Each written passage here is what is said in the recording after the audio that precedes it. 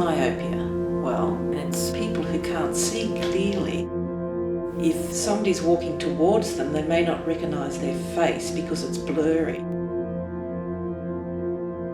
Short-sightedness is a classic industrial disease. And like every industrial disease, it's not simple.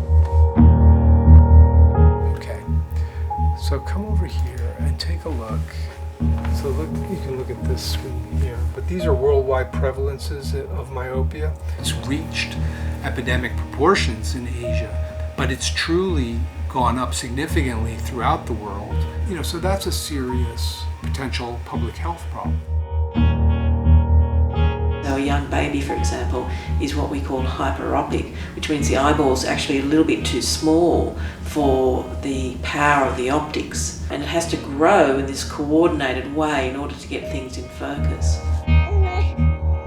Normally light comes in and it gets focused on these cells at the back of the eye. When the eye is too long, the light stops short of those cells. So all you can do is fiddle with where the focal position is by putting spectacles or contact lenses on the eye. And that doesn't change the fact that the eye is basically too long. It's actually grown too much.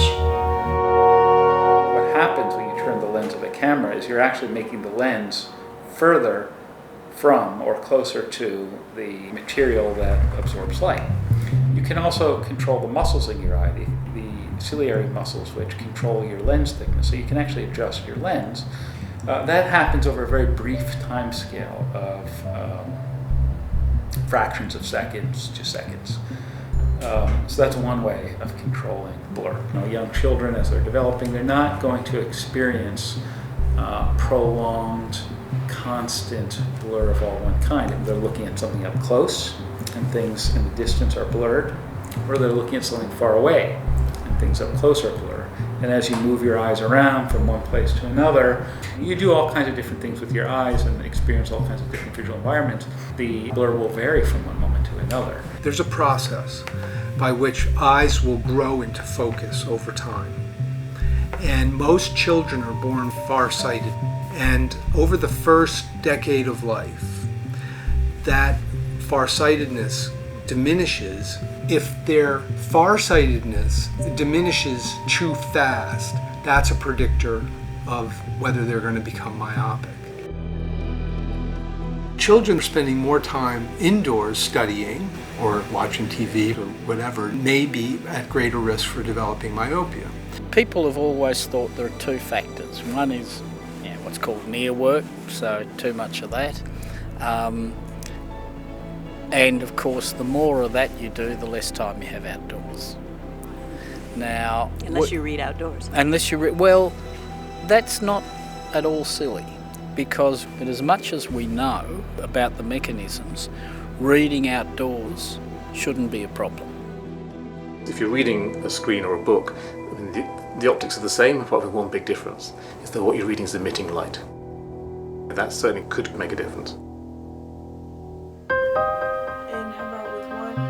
A lot of ophthalmologists tend to neglect the problem until the myopia is already very severe. But we know the higher the myopia is, the more difficult it is to prevent further progression.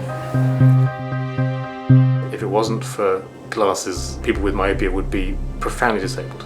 It's an epidemic which is masked in the West. We accept just because professionally we can correct it so easily.